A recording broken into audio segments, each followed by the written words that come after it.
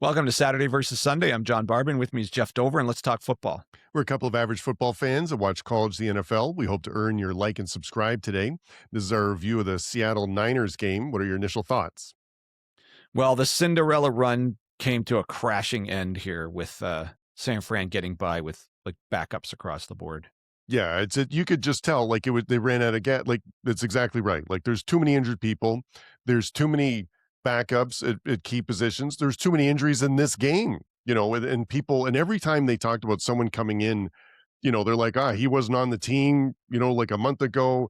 This guy had his first NFL catch was this year earlier. Like these are all the people that are playing in a divisional playoff game. And you're not going to win like that against a team that was, the number one seed and had a bye last week where everyone's playing. Like it's Yeah. just too much to overcome. Yeah, I thought the it had to be the reverse of this. For San Fran to win, they had Yes. to win the turnover battle. They needed to have perhaps a score on special teams or something like a huge day on special teams where they kept getting short fields and Mhm. pinning Seahawks, but maybe even getting Seahawks to turn it over on a kick or something like that. Yep. Like that's after the last game and the way Seattle's been playing the last few weeks of the season, they're just overwhelming on defense. The offense is becoming way more efficient. Like this team is dangerous with a good run game, and Yeah. most of recent couple past years, the run game hasn't been that good, but it's just come on lately. Now they look totally complete. Yeah. No, and we said during for our Denver Buffalo review, if you haven't listened to that, go back and listen to that one, where it's like the first three turnovers for Buffalo, I felt like didn't have I don't want to say didn't have a big impact to the game, but like their Buffalo was in a position to win it, like in the third quarter, despite that. And that's not the case here. Like the turnovers here were critical, like were that killed them. The Mhm. 3-0. And you when you add in a kickoff like for a touchdown like at the start of the game, you're just never in a position to be successful. Like the game script went out the window like so fast for this game for San Francisco. Yeah, I So mean, I thought it was over right at that point because my yeah. thought was this is the weaker underdog team that needs everything to go right to win. And Hmm. one of the worst possible things that can happen is a special teams touchdown Hmm. and the opening play specialty. How do you not see? This has been a problem with the Niners for a number of years. They've had just embarrassingly bad special teams. And Hmm. this year they finally did at least something to address it.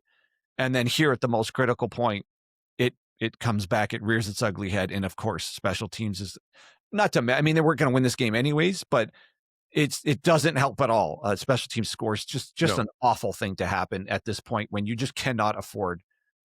You can't. There's a bunch of things you can't afford, the turnovers, but that you just cannot afford that at all. No, and when Seattle did have the ball, the Niners didn't have any answer for Kenneth Walker III. Like he ran the ball really well. Mhm. Once you do that, that opens everything up in the passing game. We're worried about Sam Darnold's oblique because he left practice on the Thursday. That seemed to be not a problem. Mhm. It helps that he only had to have 17 pass attempts, and he didn't play for part of the fourth quarter. So that'll be nice for his oblique to rest a bit for next week. But no, and Seattle's a good team, and that's what a good team's supposed to do. They took advantage of the turnovers. San Fran couldn't stop the run game, opened stuff up on pass, and it was a blowout. And even though there wasn't that many yards in this game, like the that's what's weird. And the box score, like it's the number of yards between teams were pretty even, but that's why the turnovers are so crazy because Seattle had short touchdown drives and they didn't need to because of all the turnovers. Yeah, they didn't need to. Yeah, exactly. They have okay, so they have a 42-yard touchdown drive.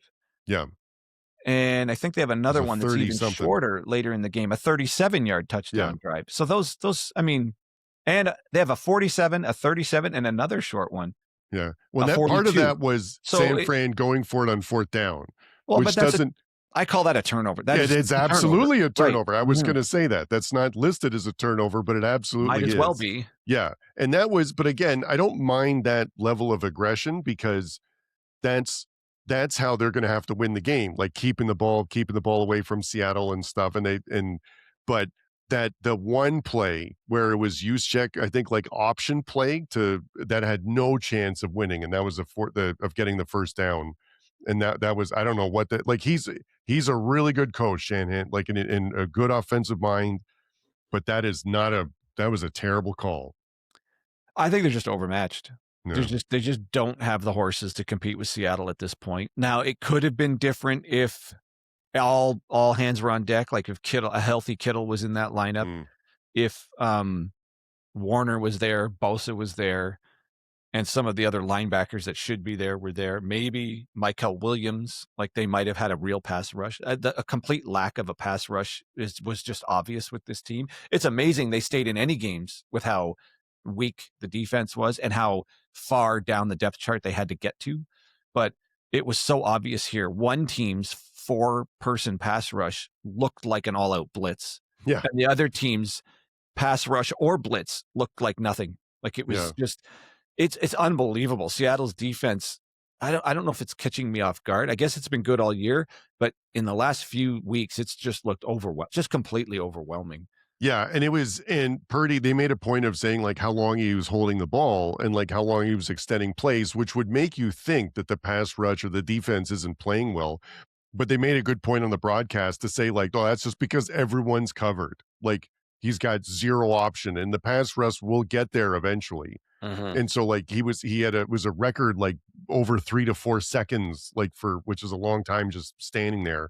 But it wasn't because the defense was playing really well, and he had nowhere to Yeah. go with the ball. And that's a major criticism of San Francisco. So I watch O'Sullivan's QB school stuff, and Mm, he's pointed out that when the run game for San Fran isn't working and they can't use play action, they're just straight drop back pass game where there's no threat of run is really limiting. They just yeah, don't have receivers that can separate. And no, one could say Shanahan's drop back scheme itself is actually lacking. Like he yeah, doesn't have the creativity in just straight drop back to really know how to get people open when you're not manipulating the linebackers with play action.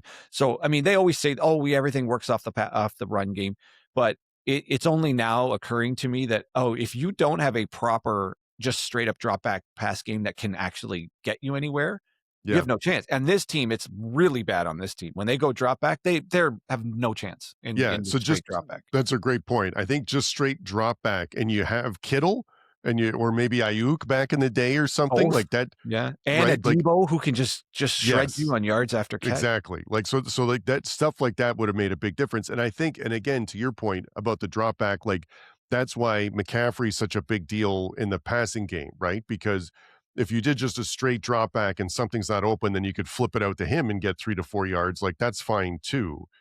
But like you said, they seem really limited. And like when your leading receiver, like by far, was the third or fourth string tight end. What's his name? Tongue. Like it's the Tonjes, yeah. and he gets hurt. He was good, and he looked really good, and they were there, and he had a fumble, but they kept giving it to him because he was the best receiver I feel like on the day. Yeah, So so to your point, McCaffrey's usually against almost everyone in the league, he's a matchup problem no matter where you put him. mhm, But this team has this Seattle defense has such good athletes at linebacker, at the nickel, at this various positions where McCaffrey mhm, would represent a matchup a problem. They seem to be able to cover him at least better than most people can. mhm, And that like blatant mismatch because McCaffrey's essentially a running back who can also play slot receiver, like yep, Edelman caliber mhm, slot receiver, right? But these guys are good enough to take some of that away, some of that matchup problem away, to the point where he's not that wild card that they have basically every play. Like mhm, he's like, oh, he's always going to be open because he's always in mismatch. Well, sometimes a team has like studs and where you're like, he's not always open here. And if he's mhm. not always open, this offense is a mess if they can't run it. Yeah. No, and you're right. Seattle's defense was awesome, and their offense was this is the best. Like, this was a really efficient offense today. Like Sam Darnold with 12 for 17, 124 yards with a TD. He was only sacked twice. Kenneth Walker, they had no answer for him. I love how they're using Shaheed too. Like you can tell What a weapon. how fast that guy is, and just having that play like in the playbook really stresses the defense, knowing when he's flying around that you're going to have to count for him, and because you can run stuff off that as well. So, and this is also, I think, the best Cooper Cup has looked like in a while. He was coming off injury. He looked great like a couple of years ago, but this was like he was a key receiver on the day. Rashid Shaheed is giving me oh god, not Dante Moore. What the hell's his name? The vibes of the The guy from Florida, no, I know first. I'm getting it wrong. The Packers Super Bowl MVP who was doing it all on special teams. Oh, I know I can't think of his name right now. yeah. Let me look it It's up. like Talk Devin about Hester, something but it's else. not Devin Hester either. Anyways, the point is having a guy who can change a game mostly on special teams and not Hmm. just within the structure of the offense. And then when he does some of those end arounds, like that's unbelievable having a guy. Desmond Howard. Desmond Howard, right. Yeah. Does he go for 236 in the Super Bowl and half of it's on special teams? 244 all purpose. So punt His return yards, kickoff return. Yeah. Right. He's given me those kind of vibes here with this Yeah. team where it's like, oh no, they have a game changer on special teams, which is like you don't think of it that way. Yeah. But once you've seen it happen, like with that, you're like, oh, this is a thing. Like this could be a thing here. And he's done it a few times. That guy, my God, that guy's a problem. Like now Yeah. on special teams, he's a real problem. And like you said, the limited use he gets in the offense is a problem, It's awesome. Yeah. specifically with those run game. If he ever gets incorporated into the passing game too, I mean, there's just weapons all over the place on this Hmm. team. And No, oh, no, and it's so, and what's so good about that, you wouldn't think so much about special teams or who your kickoff guy is or something like that, but with important playoff games, like where every possession counts, that guy is going to get you at least one possession where you're like on their side of the 50, either from a big kick or a punt return. And that changes everything.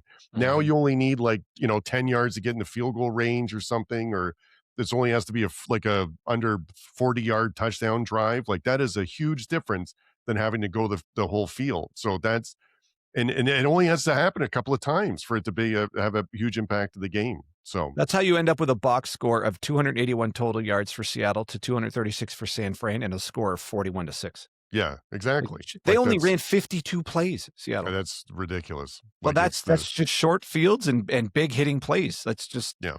And their defense didn't give up much, and they were and all the starters were out in the fourth quarter, like for offense and defense. It was just crazy. Like that's the perfect. It was really a supremely executed game by Seattle. It was over fast. Didn't Mhm. make any mistakes. The penalties were a huge one in our Denver Buffalo game that we talked about. Not a big one in this one. The Seattle had two penalties for 5 yards. So yeah, just an overall butt whooping. Walker's a problem now. Like He they've looks really great. Like they're really he's sorting it out. I thought yeah, a year ago, I thought, man, he's not really going to get to his potential, but he's getting there now. And he yeah. is a problem. He's got breakaway speed. Charbonnet, I think he did A that great wasn't gonna second back. Like he's a great second. Like I have no problem giving it to him if Walker needs a breather. he got hurt, but that was temporary, right? Like I think so. I think he ended up back in the game. But yeah, it's a great 1-2 punch in the backfield there. There's too much going on this team. And the crazy thing is, Njigma didn't really Yeah. have a blow up game. And No. so you destroy San Francisco, and Njigba wasn't like having a 150-yard 2-touchdown Yeah. game to do it. Like you still have another guy, which might be the best receiver right now in the game, who could still also go off. Yeah. And he Targeted didn't four even need him. times, and he had three catches. Now one of them was really good. Mhm. I remember, like, I was thinking, like, oh, that's him being him, but yeah, no, like you said, they crushed them, and it didn't have to have your best receiver wasn't a big part of it. No, and Cup still seems to have some juice when it matters here. Yes, So, I mean, okay, so what do? You try to take away Walker, Rashid Shaheed somewhere can burn you. You try to take away Njigba, but Cup has shown he's still got something in the tank to burn you too. So it's yeah. take away one of them, somebody else is going to get you. The other thing too is that Seattle, that environment is really amazing. Like we didn't say this for the Denver game too, but their home playoff NFL games are awesome. Like the crowd is significantly more into it than in some regular season games. And so, and you could see how crazy loud. Now I feel like San Fran handled it well, but I think that for the Chicago or the Rams, whoever they face next, I think that's going to be a really tough place for them to win too. So I feel like Seattle, if they play like this, they're going to be hard to beat the next game too. Yeah, I don't anticipate them getting a gift 7 points in the next game, but even still, just the offense and defense playing the way they play, they've gotta be Mhm. the best looking complete team in the NFC probably at Yeah, this right, point. absolutely. Yep. Yeah. I mean, it's gonna I mean, I think the Rams might have firepower to hang in there with them. I'm not sure the Bears can hang in there with this team. Not the way it's constructed right now. No, and if Seattle runs the ball like they did yesterday, then it doesn't matter who they No play, I one's don't beating them. think. No one's Yeah. beating them like that. I mean, Jesus, they're good. They're really good. So I mean, they look if this is an indication of how well they can play next week, that's they look like they're headed to the Super Bowl. And my only other thought here was the only other way San Fran could win is if Darnold has an all-time dud of a game and throws like 3 or 4 picks or something Yes, we like talked about last that, but playoffs. right, we talked about that before, and he didn't look like that Mm, yesterday. So, like, he nope. he looked fine. So, if he plays like that, they're like you said, tough to beat. Yep, really tough to No, beat. Kenneth Walker looked like, to your point, that was last year it wasn't because he was amazing in college, and I thought he would be, better. But I don't know if it's like the extra week off or something. Because he looked fresh, he looked strong, he looks really good. So, Yeah. but this also might have been we were concerned about San Fran's defense most of the season. I think all the injuries and everything have caught up to them. Like, and Mhm. this is what I expected the defense to look like earlier, but they were able to hold it together until now, and then, like you said, Cinderella has left the ball. Yep. She got kicked right out. Mike McDonald, coach of the year, maybe? Yeah, probably. Like, I was it the mean, way that they're playing and the way that it's like a complete team and not no penalties and not shooting themselves in the foot and the turnovers, and like it's really good. some of the moves they made, so they took Darnold, makes the Vikings look like idiots for letting him go. They, uh they let, Metcalf and Lockett go, and go Mhm, figure, Njigba looks like the best receiver in the game, so they obviously mhm. had a clue about something. And then maybe something that's not getting enough attention is the way they built this defense through the draft and with, like, just a couple of acquisitions. This And I mean Shaheed was a late acquisition too, I think. yeah, That was it, yeah. just they've this is what happens when you hit in the draft 2 or 3 years in a row. This is kinda like how Detroit became so powerful. Yep. Like, Julian Love was a stellar pick. Nick Emmanwori from, South Mhm, Carolina, he's like Kyle Hamilton style. He can kinda mhm, do it all. He's big, he can come down into the box, but he's fast enough to play like nickel, and he's gonna be a stud, and it's mhm, already happening in his rookie season. So then Witherspoon was a home run hit, and he's like kinda Witherspoon's really unique. Like, he has that instinct where he's sort of doing his own thing in or out of the defensive structure. So and DeMarcus Lawrence all of a sudden, like, revitalizing his yeah. career here. Yeah, that's the best I've seen him, like, look, like it yeah, for sure. It's just you look up and down the defense and you're like, "Oh, this guy's having one of his better years. This guy, where did this guy come? Oh, that's a great draft pick." They just built the Mhm, thing, and it's happening fast. Like, mhm, it I mean, they were always somewhat competitive with Geno Smith. They weren't going to go anywhere, but now all of a sudden they look completely overwhelming, and it was yeah, just came together pretty quickly. yeah. No, for sure. Really good Mhm. team. They just had to just beat them down, and the Niners, they said didn't have anything for them. You know what? Okay, so the last thing that's still wild is these 2 teams played for the number 1 seed in the last game of the regular season. Like, the Niners somehow Yeah, that doesn't sound right. After seeing the result of that game and this game yeah. back to back, it's shocking the Niners were possibly playing for the number 1 seed that like, on the last game of the season. That's really the sad part from this game because, like, their final record is 12-5, and that did not look like a 12-5 team. Like, they didn't play like a 12-5 team that day. The other seeing how awful this went, like, what does that really say about the Eagles? Yeah, it's true. Like, I think the Eagles would have got crushed in this game Oh, too. yeah, yeah, Yeah, for sure. yeah. Yeah. All right, Seahawks looking really good, and, Cinderella was just couldn't make it any further. She was just too beat up. Yeah. All right. Well, if you're still with us, we appreciate you watching the video to the end here. We know our channel's small. We just started last year. So if you like what we have going on, you'd like to support us, a like and a subscribe would go a long way, and we'd super appreciate it. So for Jeff Dover, I'm John Barban, and that's your Saturday versus Sunday podcast.